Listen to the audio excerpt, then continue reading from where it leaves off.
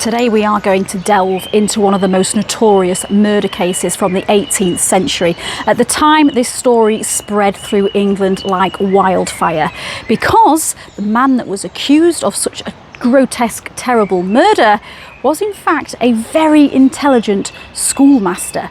So we're here in North Yorkshire in the town of Knaresborough to walk the very streets that this tale happened. And hopefully by the end you can decide for yourselves whether you think they executed the right person. The North Yorkshire town of Knaresborough is a place where modern life sits layered over centuries of history. At its heart, the busy town centre stands perched dramatically above the River Nid, which winds through a steep wooded gorge beneath the castle ruins and the town's iconic Victorian railway viaduct. Today you'll find cafes, pubs, independent shops and tourists wandering the narrow streets. But look a little closer and traces of the past are everywhere here. Old stone buildings, hidden alleyways and ancient landmarks woven into everyday life. Many visitors come to explore the ruins of Knaresborough Castle, once a powerful 12th century fortress and, according to legend, a refuge for the 4 knights who murdered Thomas Becket in 1170. Others head for the famous cave of Mother Shipton, the mysterious 16th century prophetess whose story we explored in a previous episode on this channel.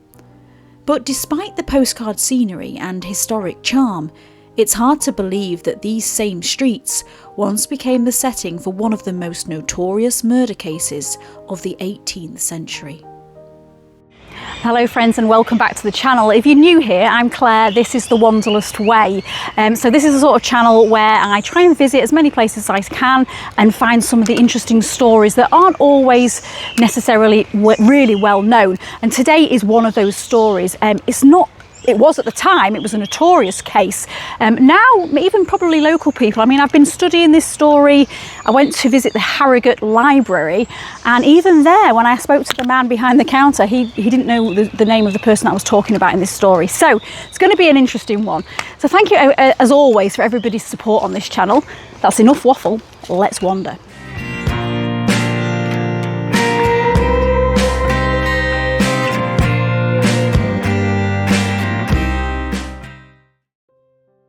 This might look like an ordinary cave, carved into the rock and surrounded by peaceful woodland, but what was discovered here would turn an entire town upside down and eventually send an intelligent Yorkshire schoolmaster to the gallows. This is the story of Eugene Aram, a tale of murder, hidden remains, suspicion and betrayal, and one of the strangest and most compelling criminal cases to emerge from the history books of 18th century Britain. What made the case especially fascinating to many people was that Eugene Aram did not fit the popular image of a criminal. He was known as a quiet, studious and intelligent man, which perhaps made his downfall all the more shocking. So our story starts in 1704 with the birth of Eugene Aram, and he was born into a normal working class family, quite humble beginnings to be honest with you, but he showed from a very early age that he was very intelligent. He was adept at learning languages, he was interested in history and literature, and things only progressed from there with the sense of his mind really. He was very, very clever. Eugene Aram was born on the 2nd of October 1704 in the tiny Yorkshire village of Ramsgill in Nidderdale, and he was later baptised a few miles away at Middlesmore Church. He came from fairly humble beginnings. His father worked as a gardener on the nearby Newby Hall estate, and from a young age Eugene was expected to help with the work. But while other boys of his background might have been destined for a life of manual labour, Aram quickly showed signs of unusual intelligence and curiosity. According to later accounts, the owner of the estate, Sir Edward Blackett, allowed the young Eugene to access the hall's library, something that would have been extraordinarily rare for a working class boy at the time. Surrounded by books, Aram became self-educated. He taught himself Latin and Greek, and later, during a serious illness whilst living in London, continued his studies even further, eventually developing knowledge of Hebrew, Arabic and Chaldee, alongside a fascination with ancient languages and Celtic dialects. In fact, some historians later described Aram as being years ahead of his time academically. He challenged long-held beliefs about the origins of Latin and recognised links between Celtic and other European languages decades before the wider academic world accepted those ideas. In many ways, Eugene Aram appeared destined for the life of a scholar rather than the life of a criminal, which perhaps helps explain why his story would later fascinate Britain for generations. Now, around 1734, he moves to Knaresborough, which is where we are today, and he gets a job as a schoolmaster, a teacher. He is said by the locals to be a quiet, scholarly, is that a word? A scholarly man. Certainly not the sort of man that you would associate with extreme violence. After leaving Ramsgill, Eugene Aram spent time in London, working as a clerk before eventually returning to Yorkshire, where he established himself as a schoolmaster in the Nidderdale area. On the 4th of May 1731, at the age of 26, Aram married Anna Spence in the village of Lofthouse. Anna was several years younger than him, and together the couple would eventually have 7 children. A few years later, in 1734, the family moved here to Knaresborough, where Eugene opened his own school.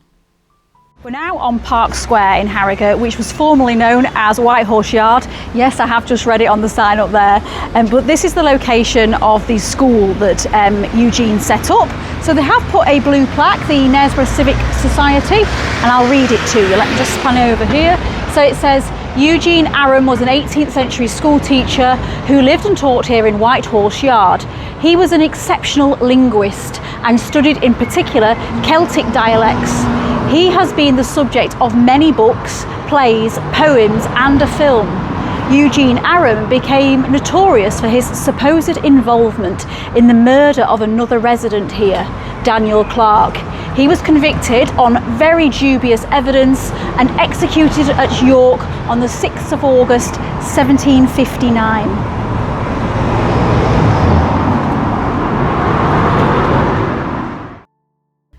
As a teacher, Eugene Aram appears to have earned a reputation as an intelligent and capable schoolmaster.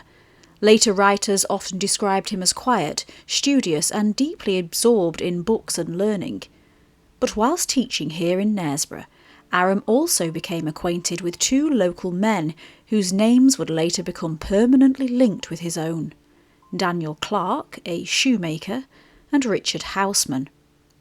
On the surface, it may have seemed an unusual friendship, an educated scholar mixing with working tradesmen and labourers, but research suggests Houseman's back door opened into the same yard connected to Aram's school, making the men near neighbours as well as acquaintances. At this stage, there was little to suggest that all 3 men would soon become connected to one of the most notorious criminal cases of the 18th century. In the year 1745, a local man by the name of Daniel Clark went missing. Now, reports were that he was friends with Aram. He had been spending time with him. He'd been spending time with him on the night that he actually disappeared. And what's funny about this is, well, not funny, but what's interesting about this is that Daniel had recently come into a little bit of money. So he'd married a young girl and she'd come with a very substantial dowry, about £300 I believe at the time, which was a lot of money in those days. So he disappears and rumours start to spread when Aram and his friend Houseman are seen and caught with some of the possessions that once belonged to Daniel. In February 1745, the story took a far darker turn. Daniel Clark was a young shoemaker, around 23 years old, recently married and described in later accounts as pale and pockmarked. He was known to both Eugene Aram and Richard Houseman, and on the night before he vanished, the 3 men were seen together. According to documented accounts, Clark left Aram's house with Aram, Houseman and another unknown man at around 11 o'clock at night. In the early hours of the following morning, around 3 a.m. on the 8th of February, a witness reportedly saw Clark again near his own cellar door, moving towards Aram and Houseman. After that, Daniel Clark disappeared. At first, some may have believed he had simply run away. Clark himself appears to have been involved in suspicious dealings, borrowing or obtaining goods such as cloth, watches, rings and other valuables shortly before he vanished. But when those goods began turning up in the possession of others, old suspicion started gathering around the men last seen with him. Aram was said to have had some of Clark's belongings in his possession, and rumours later circulated that after Clark vanished, Aram suddenly seemed able to settle debts. Now, whether those rumours were fair or exaggerated, they helped create the impression that Daniel Clark's disappearance was not simply a case of a young man leaving town. Something had happened in Knaresborough that night, and for years people would whisper that Eugene Aram and Richard Houseman knew exactly what it was.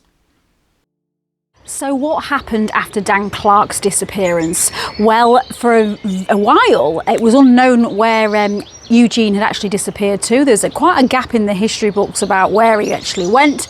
And then he found himself in Norfolk, in a town known as King's Lynn. And here he got a really good job as a schoolmaster, very well respected, so I'm told. But what had happened here in Knaresborough did come back to bite him.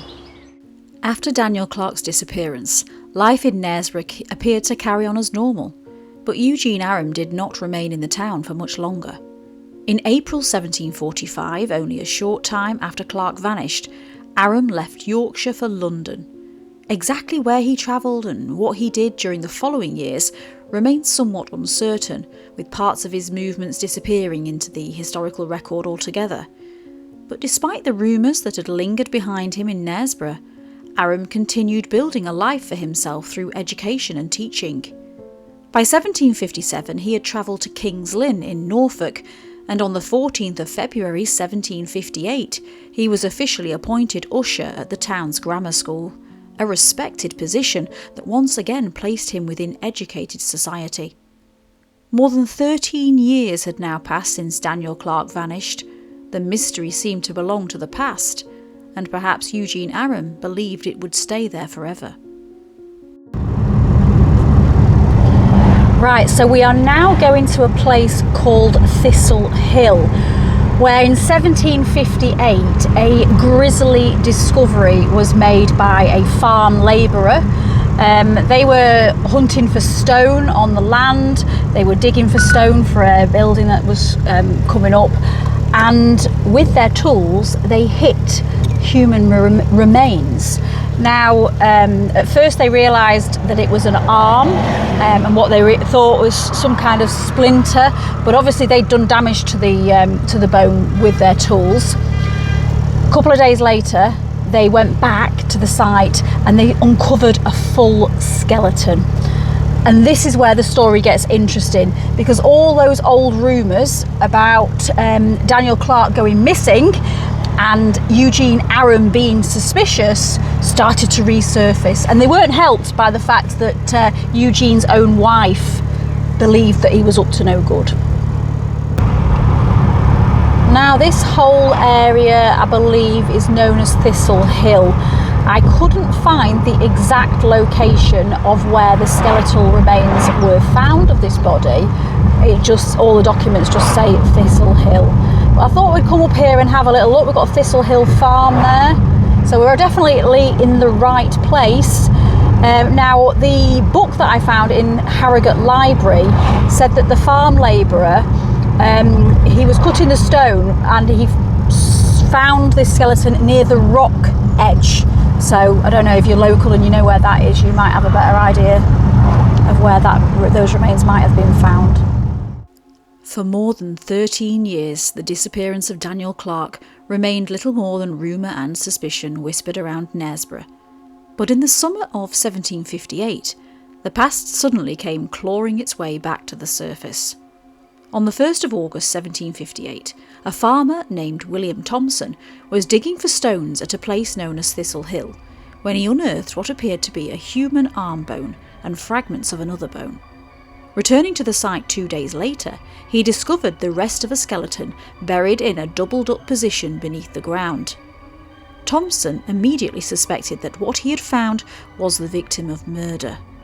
An inquest was held in Knaresborough on the 12th of August 1758, and local surgeons examining the remains concluded that the body had likely been buried for around 13 or 14 years, fitting almost perfectly with the disappearance of Daniel Clark back in 1745.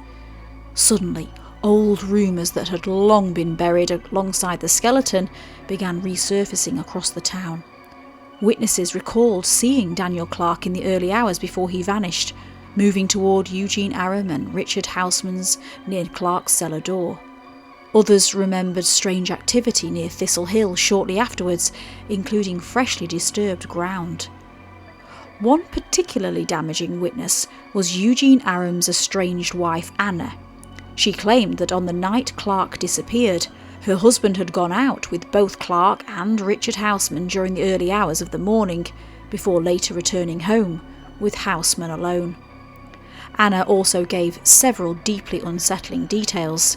She stated that Houseman, who usually wore a brown wig, had not been wearing it that night and had instead borrowed one of her handkerchiefs to tie around his head. When it was returned to her later, she noticed a blood stain upon it, about the size of a shilling. She further claimed that, after the men returned, she witnessed cloth being burned in the fire, and that when she was questioning what happened, her husband simply told her to go back to bed. Investigators also heard claims that shortly after Clark vanished, Aram, previously known to struggle financially, had suddenly been able to produce money to settle debts, while also holding quantities of Clark's possessions. What had once seemed like an old disappearance case was now rapidly becoming something far darker, and attention was beginning to close in once again on Eugene Aram and Richard Houseman. Richard Houseman was arrested and he protested his innocence throughout. So at one point they handed him one of the bones that they'd found, and he took it in his hand and he said, "These are no more Dan Clark's bones than they are my own." And that, what he said, raised suspicion. He was basically implying that he knew where Dan Clark was. On the 14th of August 1758, only days after the skeleton was discovered at Thistle Hill, Richard Houseman was arrested. Houseman, sometimes referred to in accounts by the nickname Dickie, was around the same age as Eugene Aram, and I believe worked as a flax dresser in Knaresborough. Research suggests his flax shop stood above stabling near White House Yard, with its rear entrance opening into the same yard connected to Aram's school. The two men were not simply acquaintances, they lived and worked within the same small network of streets and buildings at the heart of the town. Later descriptions of Houseman paint a deeply unpleasant picture. One writer described him as a big, broad-shouldered, square knave with a malevolent, sulky, downcast look, and the real picture of a murderer. He was said to be bald and usually wore a brown wig. During questioning, Houseman reportedly protested his innocence and made the extraordinary remark that the bones found at Thistle Hill were no more Daniel Clark's than they were his own. But instead of helping him, the statement only deepened suspicion. As pressure mounted, Houseman appears to have been cooperating with investigators and eventually directed them towards St Robert's Cave near Knaresborough, where the case was about to take an even darker turn. Slightly on the outskirts now, in quite what feels like a very ruralish sort of area, and we have come to visit St Robert's Cave. So there is a blue plaque. It says St Robert's Cave is a scheduled ancient monument and a Grade 2 listed building. Robert Flower was born in York in 1160, the son of the mayor. A medieval hermit, he lived for 30 years in the cave. His brother, also a mayor of York, built the chapel. King John, he was the one that nobody liked, made a pilgrimage to the cave in 1216 and granted him 40 acres to feed the poor and destitute. St Robert died in 1218 and is buried in the chapel. Now, just before we go down here, I'll just tell you about, so the rumour is that King John couldn't really, because so many people didn't like him, he didn't trust a lot of people, but he used to come down here and he would find solace with the hermit, St Robert. He trusted him because he wouldn't tell everybody his secrets. So we've got St Robert's cave here. Robert went down to the place near Knaresborough and constructed a modest shelter for himself from small branches and bushes growing from the rock. So basically everybody used to come here. It was a bit of a pilgrimage site. Originally, when he found the cave, there was a knight living in it, and the knight welcomed Robert in, said, okay, you can come and stay here. And then eventually the knight moved on, and Sir Robert stayed here on his own. And it looks like there's a oh look, it looks like there's a little bit of a effigy sort of thing of him down here, so we'll just go and have a look at this. But there was a discovery made down here, a very grisly one. He's lost his fingers, sadly, but yeah, I wonder if it actually bears a resemblance to the real St Robert. St Robert's Cave lies just outside the centre of Knaresborough, carved directly into the cliffside above the River Nid and surrounded by thick woodland. Long before it became part of this story, the cave was already an ancient and important site associated with St Robert of Knaresborough, a medieval hermit and holy man who lived here during the 13th century. For years, pilgrims and visitors have travelled here as a place of devotion and reflection. It's a perfectly isolated area. The steep, wooded gorge surrounding the cave makes it the kind of place where secrets could easily remain hidden from the outside world.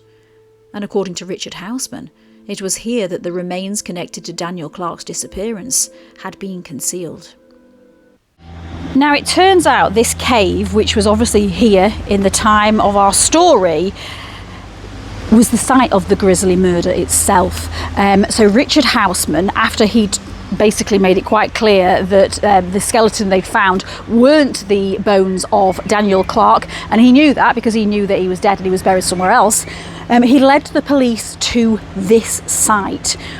And it was on this site that they discovered the skeleton, which they later claimed to be that of the missing man. So let's go and have a look inside.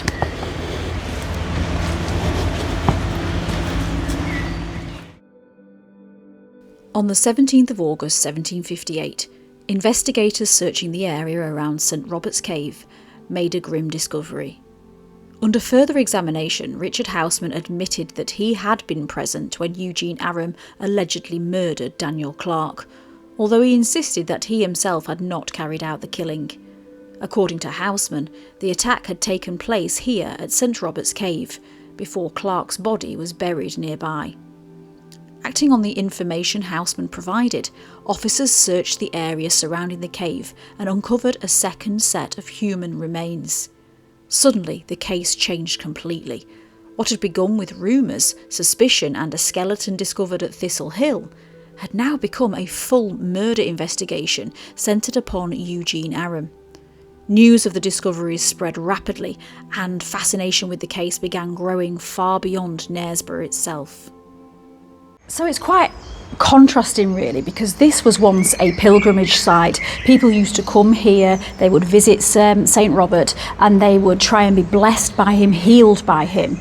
And it ended up becoming a murder site. This is the place where the men, now we don't know the full story, because as is always the case with crimes like this, everybody's telling you different things. But Houseman, Richard Houseman, said that it was Eugene who followed Daniel into this cave and killed him with a pickaxe over the head. Aram gave a different story, but they did eventually find his skeleton here.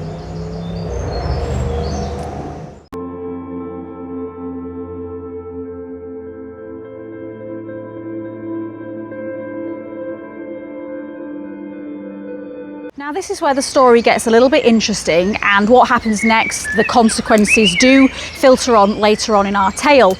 But Richard Houseman, he basically turns king's evidence on Aram. So if you remember, if you watch the William Burke and Hare story in Edinburgh, that's what happened there. So it's basically when one person agrees to give as much evidence as they can possibly find so that the other person gets sent down and they are relieved of any sort of responsibility. So that's what happened. He turned and gave king's evidence against Eugene Aram. And yeah, so we've got the River Nid here, and then we've got the cave here, and this is where the murder happened. This is where the skeletons happened. Skeletons were found, and they say this place is haunted as well. Not that I'm here for ghost stories today, but yeah, it's meant to be very, very haunted.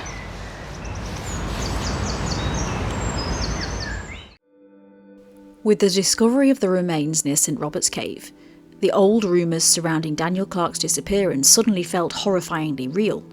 For years, people in Knaresborough had whispered suspicions about Eugene and Richard, but now investigators believe they finally had physical evidence that a murder had taken place.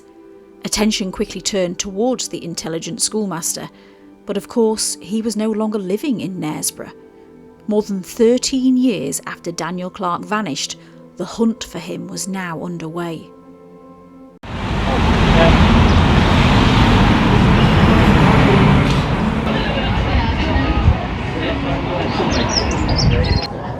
I'm just trying to put this into sort of modern day context. So to do that, I've come to a beer garden, the Carriages, I think it's called. Because I'm just imagining, can you imagine what it must have been if you think of it in this day and age? So a skeleton is discovered at one end of town. They think it's a man that's been missing for 13 years.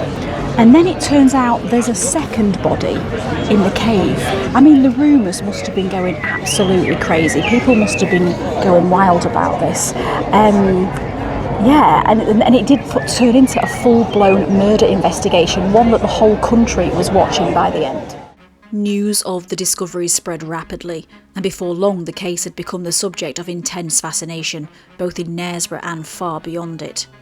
Part of the reason was the sheer strangeness of the story itself. Hidden skeletons, caves, missing men and accusations of murder stretching back more than 13 years. But what truly gripped the public imagination was Eugene Aram himself. Aram did not fit the popular image of a violent criminal. He was a schoolmaster, a scholar, and a man known for his learning. Later writers would describe him as quiet, studious, and intelligent. The idea that such a man could be involved in murder fascinated people in a way few ordinary criminal cases ever could. Taverns, alleyways, and newspapers became filled with speculation. Was Eugene Aram truly a calculating murderer, hiding behind the appearance of respectability?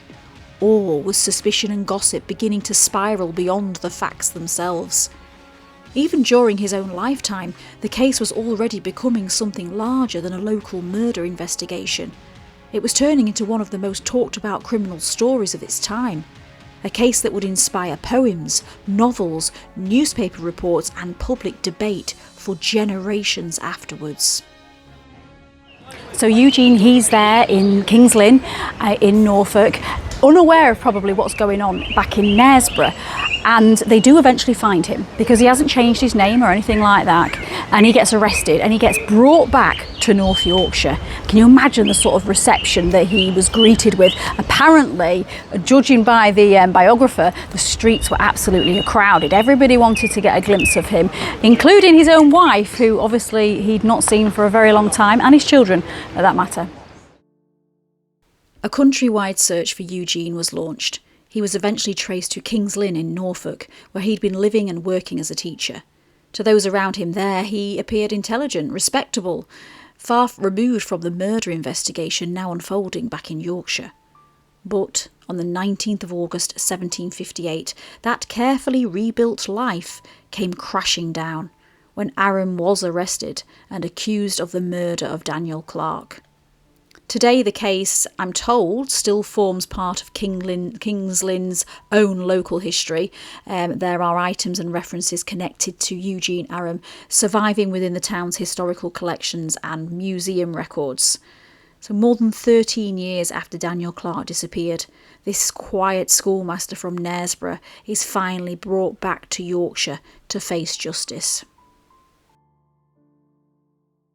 Even to this day, historians are still arguing about whether Eugene had a fair trial or not, because really the only evidence that they had, solid evidence they had against him, was that testimony from Richard Houseman. And let's be honest, he had every reason to put the blame onto Eugene because it was going to save his own neck.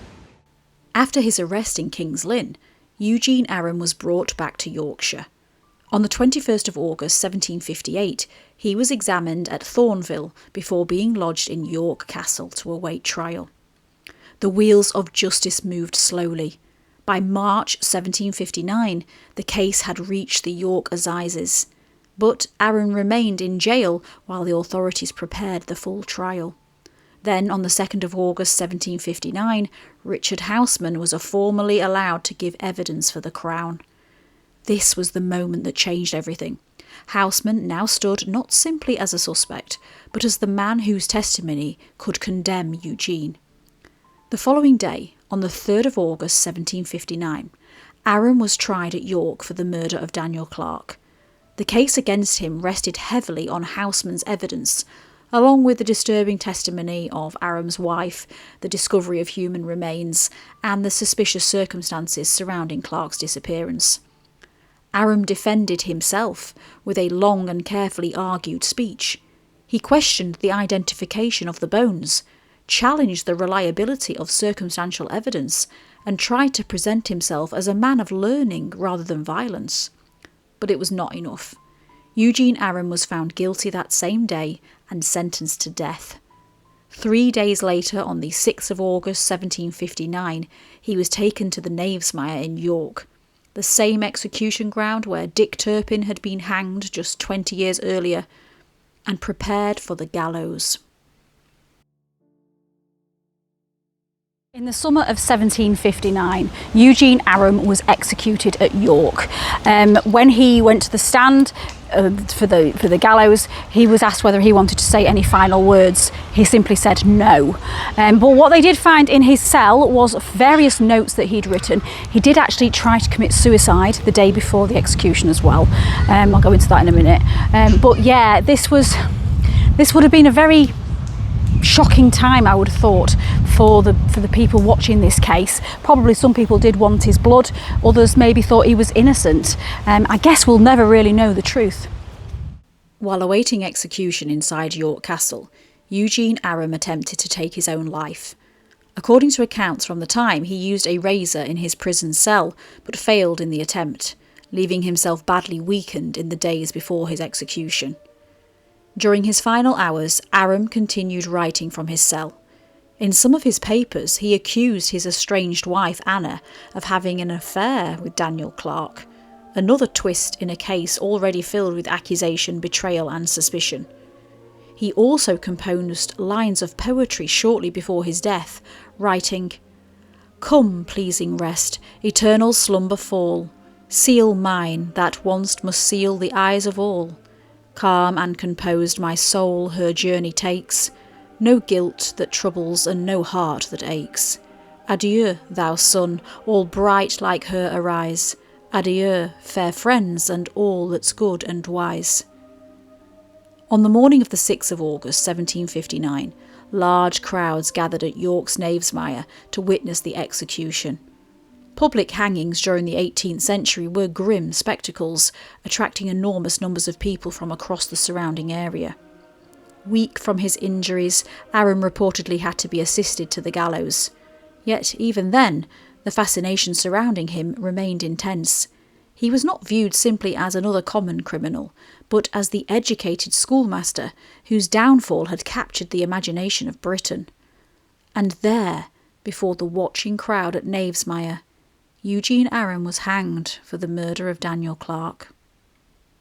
After Aram's execution at Knavesmire, Tyburn in York, his body was taken down. It was brought back to Knaresborough, where it was gibbeted, and I believe it was brought to the woods around this sort of area. I mean, online there's lots of different variations of where it hung, because obviously the gibbet is not here today, but usually a gibbet is hung in the location, the sort of site of where the murder happened. And of course we've got the cave like behind us, and we've got the river here. So I know it was in the woodland area near the river, so you'll only just have to imagine. If anybody's local and they're watching, then please feel free to comment if you know more about the exact location of the gibbet. Even death was not the end of Eugene Aram's punishment. After the execution, his body was gibbeted near Knaresborough. Now, we've come across gibbeting several times before on this channel. It's a brutal practice where the corpse of an executed criminal is left suspended inside an iron cage or chains and left hanging in public view, sometimes for years. The idea was partly punishment and partly warning. Authorities wanted the decaying remains to act as a grim deterrent to others, a permanent reminder of what happened to those who committed serious crimes. But imagine stumbling across something like that in the Yorkshire landscape. A body creaking in chains above the trees, exposed to the weather day after day. I mean, the smell alone must have been horrendous at first. But do you think punishments like this genuinely frightened people away from crime? Or did they simply turn death into public spectacle? I don't know. Let me know what you think in the comments. Over time, fascination surrounding Eugene Aram only continued to grow. People became obsessed, not just with the murder itself, but with Aram as a person, the intelligent scholar whose life had ended on the gallows. Some even began questioning whether the right man had truly been executed at all. Eventually, parts of Aram's remains became objects of curiosity in their own right. In 1832, a doctor named Hutchinson reportedly travelled out on a dark and stormy night to remove Aram's skull from the gibbet. One account dramatically described the doctor climbing the structure with a ladder before wrestling the skull free from the iron hoop which still held it in place. This strange fascination with criminal remains was surprisingly common during the 18th and 19th centuries. Executed bodies were treated almost like grim relics, displayed, collected and studied. Some criminals even became a kind of dark celebrity after death. And Eugene Aram certainly became one of them. His story inspired poems, books, plays and later films, with many portrayals presenting him not as a brutal killer, but as an intelligent, reflective and tragic figure. Meanwhile, Richard Houseman appears not to have received a warm welcome when he eventually returned to Knaresborough. According to local stories, after his death, some people who believed in Aram's innocence supposedly dug up Houseman's body, put it on a mock trial, found it guilty and hanged it. Now, whether that's entirely true or not, the tale shows just how divided public opinion around the case had become. The gibbet itself was eventually removed, although part of it reportedly hung for a time inside one of the local pubs before later disappearing. And Anna Aram, left behind with the children, she is said to have struggled to survive afterwards, running a small shop in Knaresborough selling bread, pies and black puddings. She was described in some accounts as a soft, kind woman. She died in 1774 and was buried in Knaresborough churchyard. As for Eugene Aram himself, well, his skull is now believed to reside in King's Lynn Museum, alongside supposed remains connected to Daniel Clark, convicted murderer and victim, brought together once again nearly 3 centuries after the crime that linked their names forever.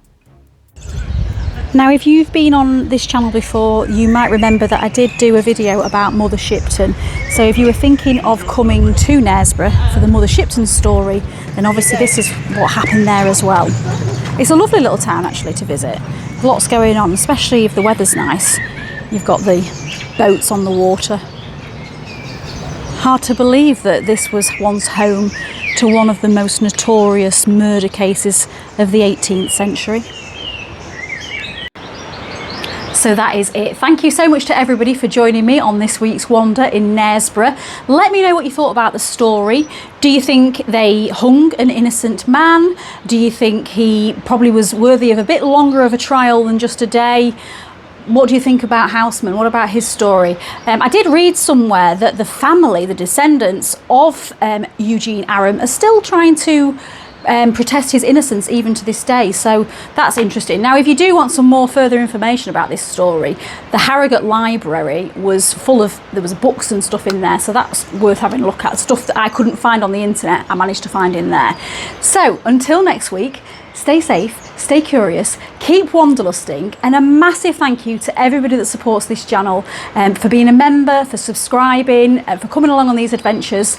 If you want to subscribe, it really helps me out. It doesn't cost you anything. If you want to become a member, you get access to some exclusive bits, and that starts from $2.99 a month. Okay, so see you next week, guys. Bye.